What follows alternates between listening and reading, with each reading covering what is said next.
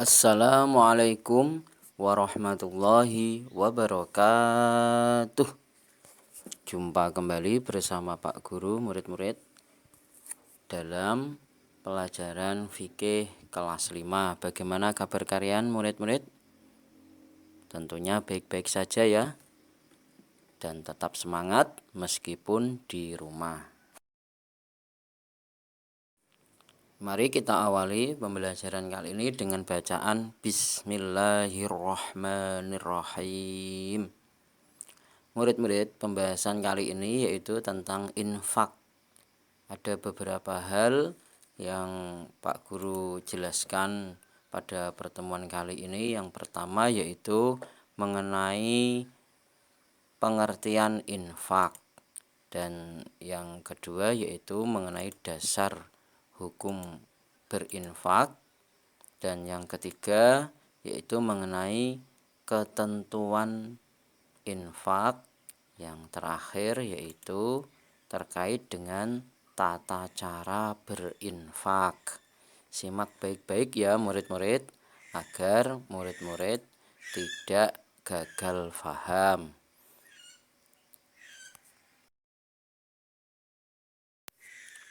Yang pertama yaitu mengenai pengertian infak.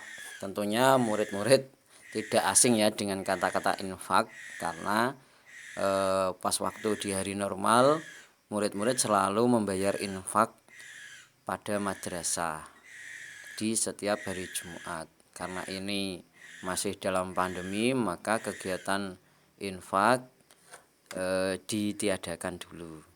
Nah, mengenai infak itu apa toh murid-murid? Nah, infak itu dari segi bahasa berasal dari kata nafaqah. Nafaqah yang berarti yaitu menafkahkan atau membelanjakan. Jadi infak itu artinya ya membelanjakan atau menafkahkan. Kalau menurut istilahnya, istilah infak itu apa toh? Pemahaman infak itu sendiri apa? Ya, infak menurut istilah yaitu menafkahkan atau membelanjakan sebagian harta benda yang kita miliki di jalan yang diridhoi Allah Subhanahu wa ta'ala, yaitu contohnya untuk memenuhi kebutuhan sehari-hari kita, untuk kegiatan yang positif. Nah, jadi kalau kita punya harta dan kita belanjakan sedikit untuk menegakkan agama Allah, nah itu bisa disebut dengan infak. Tentunya dengan jalan yang diridhoi Allah Subhanahu wa ta'ala. Yang kedua yaitu terkait dengan dasar atau dalil infak. Apakah infak itu ada dalilnya, Pak?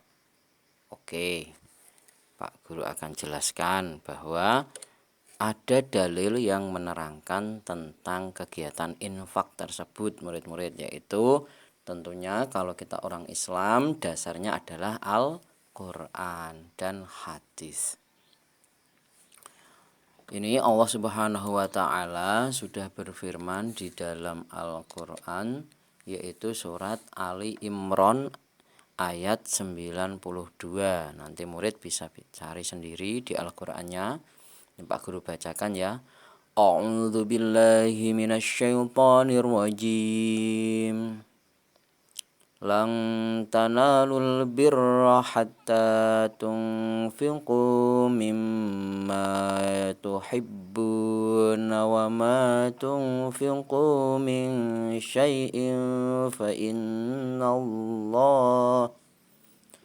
innallaha bihi alim. Shadaqallahul azim. Artinya, kamu tidak akan memperoleh kebajikan sebelum kamu menginfakkan sebagian harta yang kamu cintai. Dan apapun yang kamu infakkan tentang hal itu, sungguh Allah Maha mengetahui. Ini adalah dalil agar kita mau berinfak.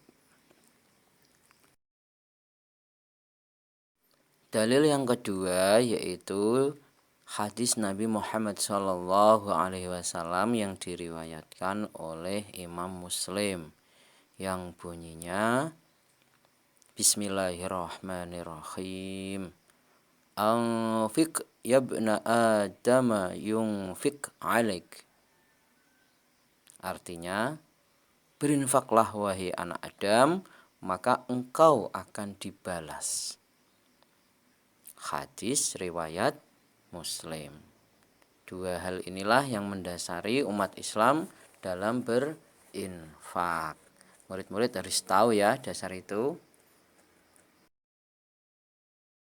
Berikutnya yaitu terkait dengan ketentuan infak. Nah, ketentuan infak ini harus murid-murid pahami betul-betul ya. Ada beberapa hukum tentang infak. Yang pertama yaitu infak yang hukumnya wajib. Contohnya apa? Membayar zakat, membayar mahar perkawinan. Ini bagi pria untuk membayar mas kawinnya itu infak yang wajib. Yang ketiga, menafkahi istri. Jadi jika seorang suami itu kewajibannya adalah menafkahi istri. Nah, itu nafkah yang diberikan suami itu adalah infak kepada istri. Yang keempat, contoh yang wajib adalah menafkahi istri yang ditalak dan masih dalam waktu iddah. Nah, ini bagi para rumah tangga yang mengalami perceraian, kalau masa iddah perceraiannya itu masih berjalan, maka sang istri masih wajib mendapat infak dari bekas suaminya tadi. Yang kedua yaitu infak yang hukumnya sunnah. Tentunya murid-murid tahu toh apa itu sunnah. Pak Guru terangkan lagi kalau lupa. Sunnah itu jika kita mengerjakan itu maka kita mendapat pahala. Tetapi jika kita tidak mengerjakan hal itu maka kita tidak mendapat dosa. Apa contohnya infak yang hukumnya sunnah? Contohnya yaitu infak untuk perjuangan di jalan Allah. Contoh ada orang jihad, kita bantu logistiknya. Nah, itu. Nah, tapi jihad itu macam-macam ya murid-murid. Termasuk kalian menuntut ilmu itu juga termasuk jihad. Jadi ketika orang tua kamu memberi uang saku kepada kamu untuk berangkat sekolah, ini nak uang saku untukmu. Nah, itu infak yang hukumnya sunnah. Seandainya tidak diberi uang saku, ya kalian ya ndak apa-apa sebetulnya. Itu kan hukumnya sunnah. Jadi kalau berangkat sekolah nggak membawa uang saku, jangan nangis ya murid-murid. Yang kedua, contoh yang kedua yaitu infak untuk kepentingan umum. Contohnya ada orang membangun jembatan. Delalah jembatan itu dekat rumah kamu. Nah, kamu sumbang itu. Membangun masjid. Nah, itu kamu menyumbang sedikit dengan hartamu, maka infak yang seperti itu hukumnya sunnah. Kalau murid-murid mengerjakan maka mendapat pahala. Tetapi kalau murid-murid berhalangan ya maka tidak berdosa. Contoh yang ketiga yaitu infak untuk menolong musibah. Seandainya ada gunung meletus di Yogyakarta kemarin, terus ada penggalangan dana, ayo sedekah untuk teman-teman kita yang kena gunung meletus. Nah, itu infak seperti itu hukumnya sunnah dan masih banyak lainnya. Yang ketiga yaitu infak yang hukumnya mubah. Mubah itu apa? Mubah itu dikerjakan ya bagus, tidak dikerjakan ya tidak apa-apa. Nah, ini mubah itu cara istilahnya boleh-boleh saja. Tidak ada pahalanya, juga tidak ada ancamannya. Jadi ini tidak ada pahalanya dan juga tidak ada pahalanya. Ya baik gitu aja. Contohnya apa? Memberi hadiah.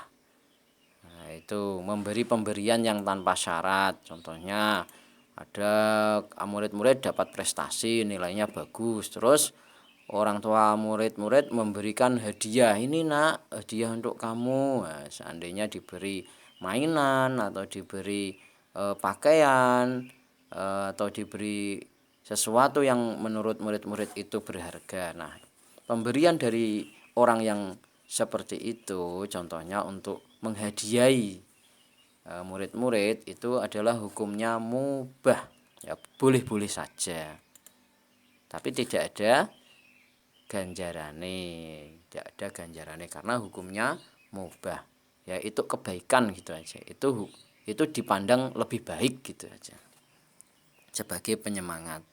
Yang kedua contohnya adalah hibah. Hibah itu apa toh? Hibah itu pemberian tanpa syarat. Ya, kamu jalan-jalan terus kamu memberikan seseorang apa gitu. Itu namanya hibah. Hibah itu pemberian tanpa syarat. Nah, yang terakhir ini murid-murid yang perlu murid-murid waspadai. Ada infak yang hukumnya haram. Kalau murid-murid mengerjakannya malah berdosa atau mendapat ancaman dari Allah Subhanahu wa taala. Contohnya apa itu? Yang pertama yaitu infaknya orang yang non muslim untuk menghalangi syiar Islam. Waduh, ada orang yang tidak beragama Islam, dia mengeluarkan harta yang tujuannya adalah untuk menghalang-halangi dakwah agama Islam. Nah, itu infak yang seperti itu infak haram itu hukumnya. Dan yang kedua yaitu infak yang ditujukan tidak karena Allah. Contohnya tadi meskipun memberi sangu, meskipun memberi uang saku anak berangkat sekolah tapi kok niatnya tidak karena Allah, nah, itu maka hukumnya haram. Jadi semua kalau ingin halal, ya kebaikan itu harus diniatkan karena Allah. Yang haram lagi kita berinfak itu malah mendukung kejahatan. Ya, ini murid-murid harus pahami. Contoh, ada anak yang nakal, malah kita beri hadiah agar anak itu membantu kita untuk menjahili teman kita. Nah, itu infak yang haram. Jangan sampai terjadi ya murid-murid. Selanjutnya yaitu terkait rukun infak. Infak itu bisa terjadi jika ada rukun-rukun itu. Karena rukun-rukun itu adalah yang membentuk infak itu sendiri. Lah, rukun-rukun infak itu apa? Tentunya adalah orang yang memberi infak dan penerima infak. Kalau tidak ada yang memberi, siapa yang mau menerima? Ya kan? Nah, rukun infak itu adalah harus ada pemberi infak dan harus ada penerima infak, dan harus ada barangnya yang harus diinfakkan. Nah, mau memberi nggak ada barangnya, terus apa yang mau diinfakkan? Nah, yang terakhir yaitu ada penyerahan atau ijab kabul. Seandainya murid-murid memberikan harta kepada masjid, ya, diserahkan, beri wadah amplop, terus diserahkan ke pengurusnya. Pak pengurus, ini adalah sumbangan saya untuk masjid. Nah, itu adalah ijab kabul. Tetapi juga ada yang tidak usah menggunakan ijab kabul. Contohnya ada kotak berjalan. Nah, kotak masjid itu, nah, kalau kotaknya itu dijalankan muter kampung seperti itu, Ya kamu nggak usah ijab kabul, langsung aja masukkan. Itu sudah otomatis termasuk ijab kabul atau penyerahan. Jadi penyerahan itu tidak usah diiringi ucapan juga nggak apa-apa. Ya kamu memegang barang langsung kamu berikan, ya itu namanya penyerahan. Jadi ingat-ingat ya anak-anak, rukunnya ada 4, yaitu harus ada yang memberi infak, harus ada yang menerima infak, dan harus ada barangnya, entah itu wujudnya barang atau tidak. Contoh yang tidak barang, contohnya apa? Barang itu ada yang kelihatan, ada yang tidak loh. Contohnya pulsa. Nah, murid-murid ingin memberikan pulsa, nah, itu kan barangnya nggak bisa dipegang, ya cukup aja ditransfer gitu aja. Nah, seperti itulah kira-kira. Yang terakhir yaitu ada proses penyerahan. Yang ketiga yaitu syarat berinfak.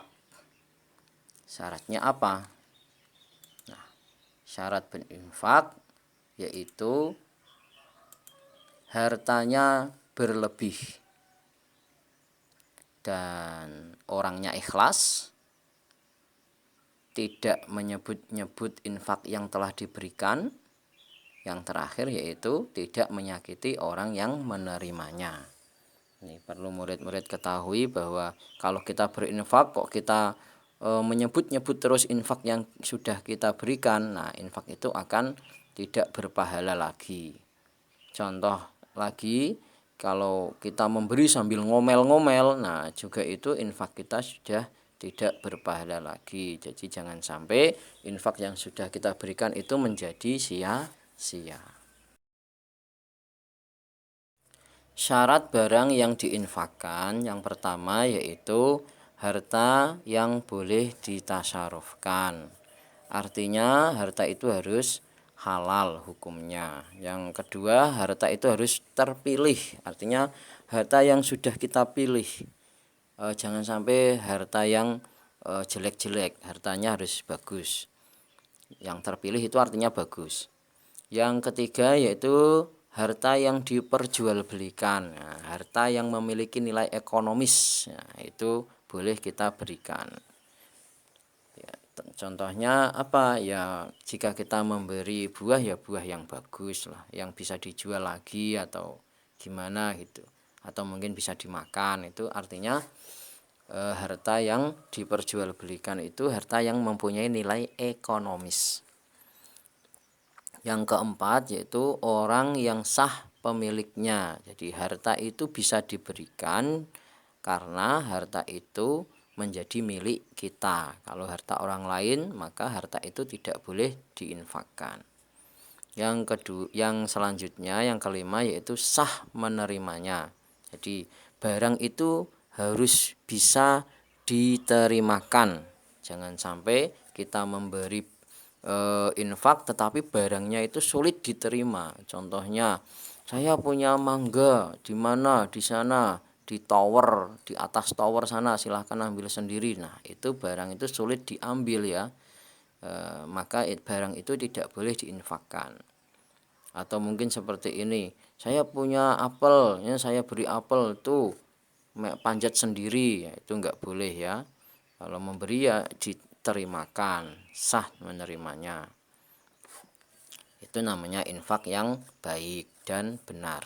Yang terakhir yaitu tanpa adanya pengganti. Ya, barang sudah diberikan ya jangan diganti. Maksudnya sudah diberikan kok terus diganti dengan barang lain. Itu tidak bisa, tidak boleh ya. Jadi jangan mengganti barang yang sudah kita infakkan. Yang terakhir terkait dengan tata cara infak. Ini menyangkut bagaimana kita dapat berinfak dengan baik dan benar. Nah, itu tata caranya itu di sini. Tata cara infak tentunya harus sesuai dengan ketentuan yang diajarkan oleh Rasulullah SAW, baik untuk memberi infak maupun menerima infak. Kenapa? Karena infak merupakan perbuatan yang terpuji dan banyak keutamaannya. Sedangkan infak yang sangat bermanfaat dan mempunyai manfaat terus-menerus adalah amal jariyah. yang berupa tanah atau bangunan. Dapat dimanfaatkan untuk kepentingan umum seperti madrasah, sekolah, masjid, musola, rumah sakit, dan jalan. Serta kepentingan yang lain yang tujuannya adalah untuk menuju ridho Allah Subhanahu wa ta'ala. Maka dalam penyampaian dan penerimaannya harus jelas, tepat, dan tidak salah. Untuk itu mari kita pelajari dengan baik tata cara berinfak dengan benar. Nah, seperti itu ya murid-murid, jangan sampai salah, harus sesuai dengan ketentuan Al-Quran dan sunnah Rasulullah Shallallahu Alaihi Wasallam. Agar kita tidak salah dalam berinfak, tentunya murid-murid harus tahu beberapa hal. Yang pertama, siapa sajakah orang yang berhak menerima infak kita? Itu siapa saja? Ada 5 golongan yang diterangkan dalam surat Al-Baqarah ayat 215. 5 orang itu siapa? Yang pertama adalah orang tua. Yang kedua saudara dekat atau keluarga. Yang ketiga anak yatim, tentunya piatu juga. Yang keempat yaitu fakir dan miskin. Jadi orang fakir, orang miskin juga termasuk. Yang terakhir yaitu orang yang sedang perjalanan atau musafir. Nah, 5 golongan inilah yang berhak menerima infak kita. Artinya berhak itu apa? Ya mereka itu ya seandainya membutuhkan bisa minta ya, karena mereka itu berhak. Jadi orang tua ya berhak, dia berhak mendapat infak dari anaknya. Tentunya orang tua yang tidak mampu. Saudara dekat pun juga. Jadi kalau murid-murid punya saudara dekat terus minta bantuan, ya dibantu. Karena itu mereka itu berhak minta bantuan kepada kita sebagai keluarga dekat.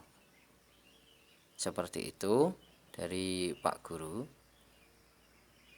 Dan mohon murid-murid untuk mencermati hal ini ya. Ingat baik-baik.